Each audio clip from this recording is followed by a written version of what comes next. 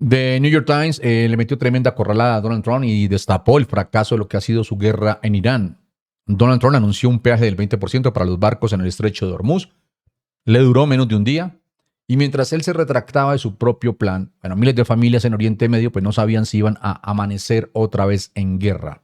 ¿Prevén que los ataques que estamos viendo esta semana contra Irán se expandan? ¿Están considerando atacar objetivos energéticos u otros lugares dentro de Irán? Se van a expandir. Dejaré los objetivos energéticos para el final, pero al final atacaremos objetivos energéticos, sí. Pero los atacaremos muy fuerte esta noche. Los atacaremos muy fuerte mañana por la noche.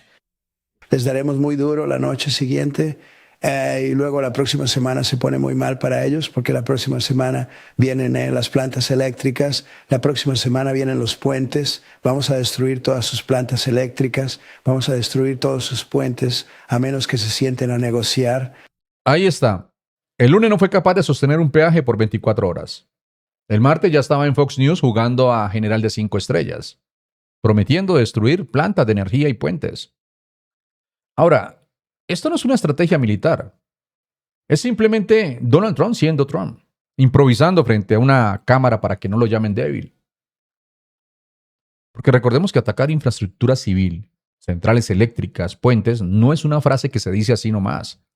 Eso, según el derecho internacional, es un posible crimen de guerra. Y este hombre lo dice con la misma tranquilidad con la que uno pide un café. Pero para él y para los de Fox News, obviamente, eso suena fuerte, ¿verdad? Eso suena a liderazgo, a yo soy el hombre que manda. Somos los que tenemos el control. Y aquí es donde yo quiero que ustedes se recuerden algo, porque la memoria corta pues, es el mejor amigo de estos gobiernos.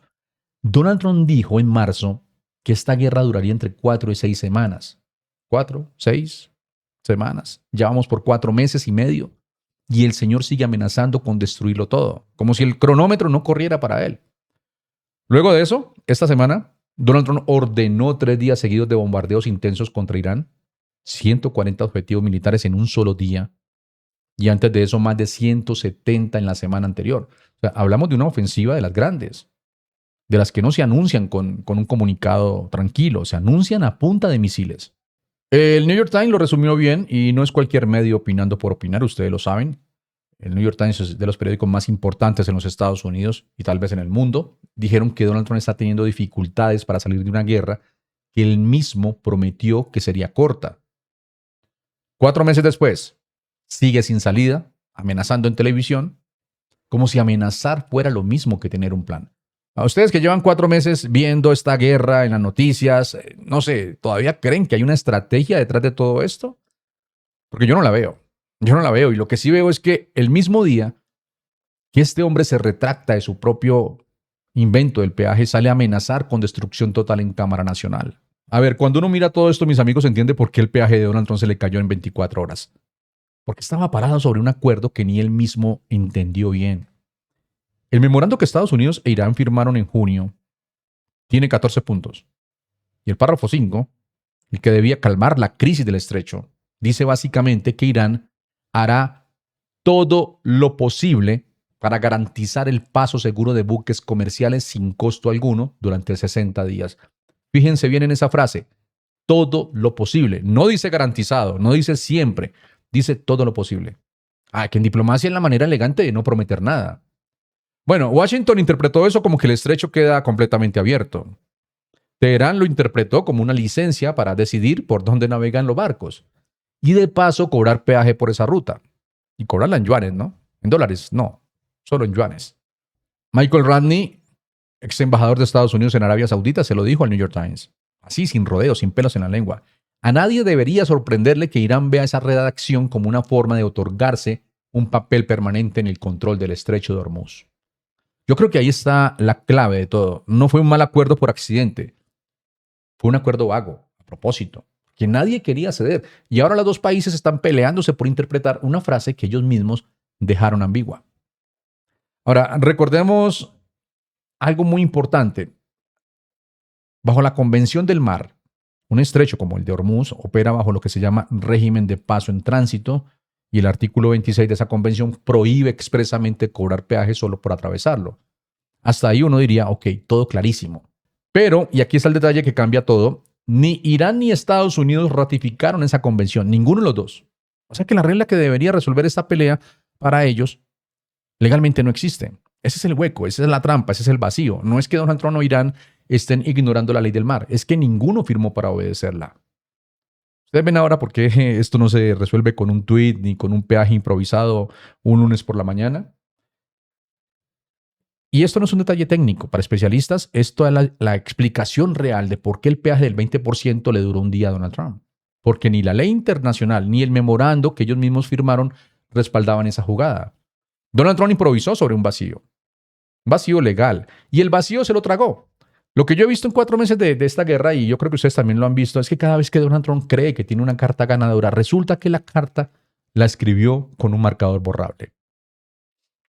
Bueno, así que no sería nada raro que en la próxima semana invente otra tarifa, otra amenaza, otra solución de las suyas.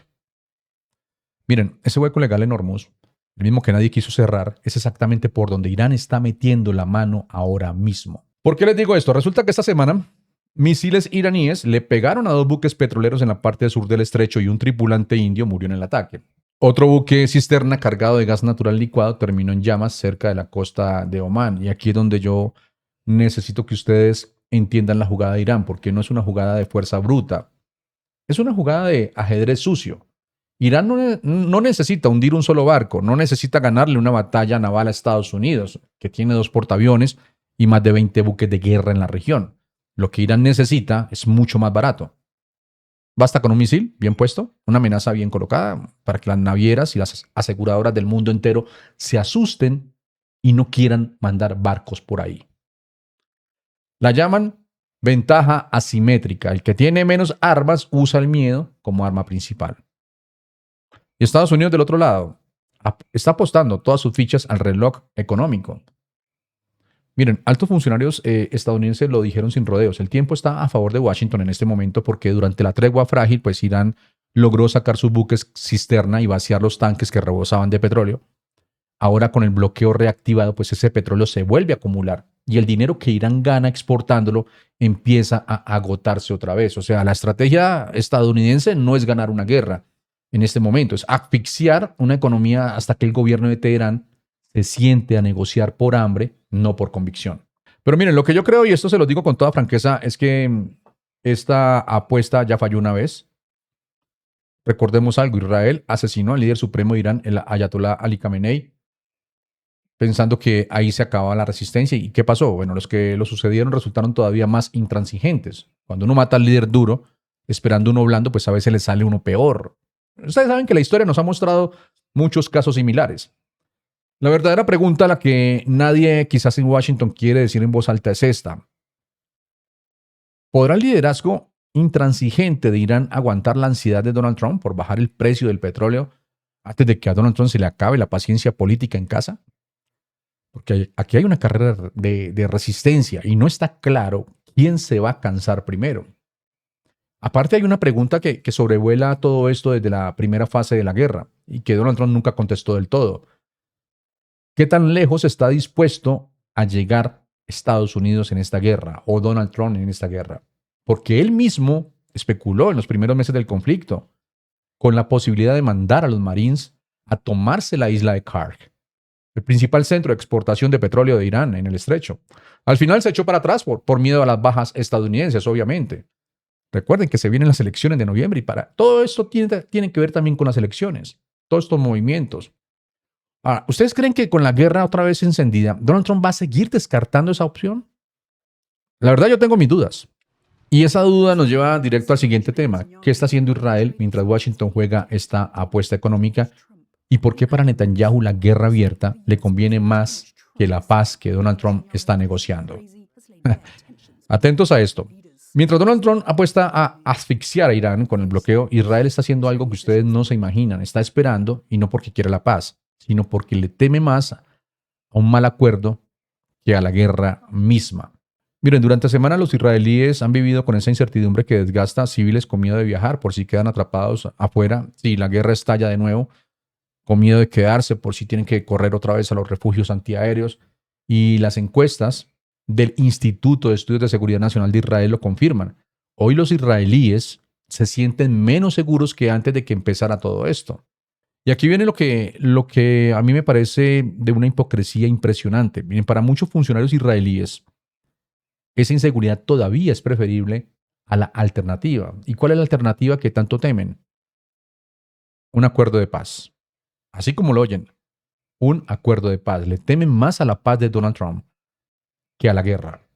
Porque el memorando de 14 puntos que Estados Unidos e Irán firmaron en junio no menciona ni una palabra sobre los misiles balísticos de Irán, ni sobre su apoyo a grupos armados en la región. Las dos amenazas que más le quitan el sueño a Israel. Y peor, porque ese acuerdo le libera a Irán miles de millones de dólares, bueno, dinero que Israel teme que termine financiando justamente esas dos amenazas. Jacob Nagel, que fue asesor de seguridad nacional de Netanyahu, lo dijo sin adornos, es mucho mejor no negociar que hacer una mala negociación.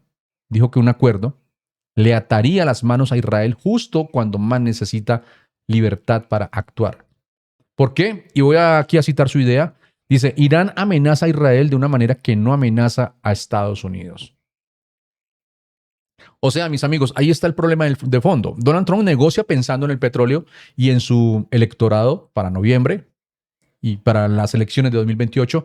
Israel piensa en sobrevivir al lado de Irán. Son dos guerras distintas, peleándose con la misma tinta. Claro, porque cuando Netanyahu lee ese memorando de 14 puntos, lo único que busca es dónde aparece la palabra misil, dónde está la palabra misil, y no la encuentra. Y aquí es donde yo quiero señalar algo que a mí me parece calculado. Netanyahu ha estado prácticamente desaparecido del debate sobre si retoman la guerra. Ni una declaración fuerte, ni una postura clara. Y los analistas lo leen como lo que es, un cálculo político. Porque la percepción generalizada es que fue él quien arrastró a Donald Trump a este conflicto desde un principio y ahora no puede darse el lujo de aparecer otra vez como el que empuja a la guerra.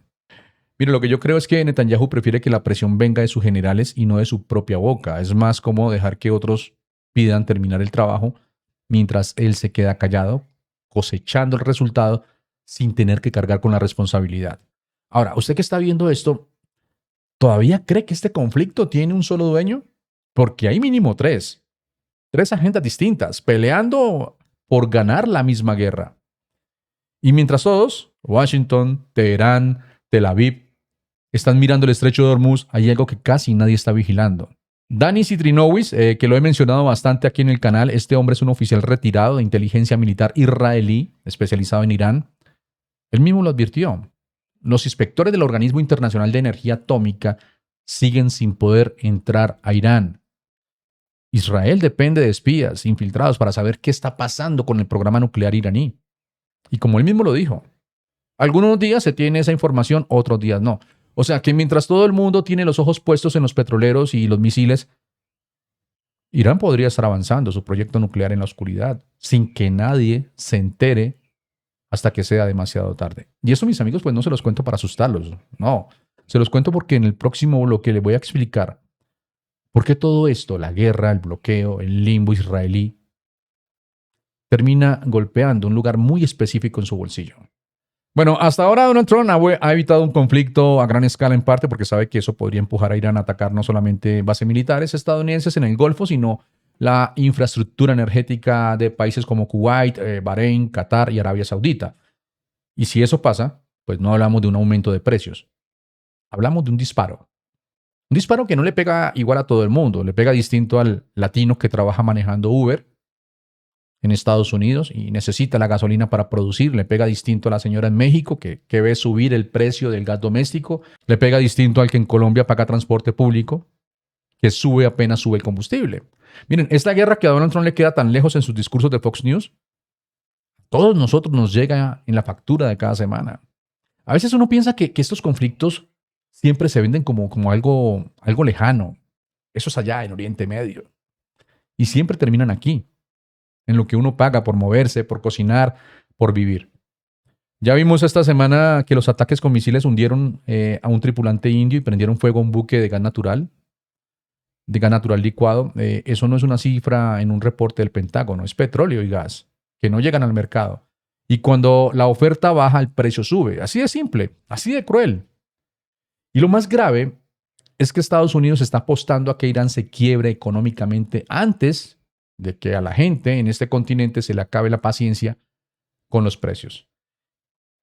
es una carrera entre dos desesperaciones. Y a nosotros nos toca pagar el boleto de esa carrera, sin haber pedido subirnos en ese bus o en ese tren.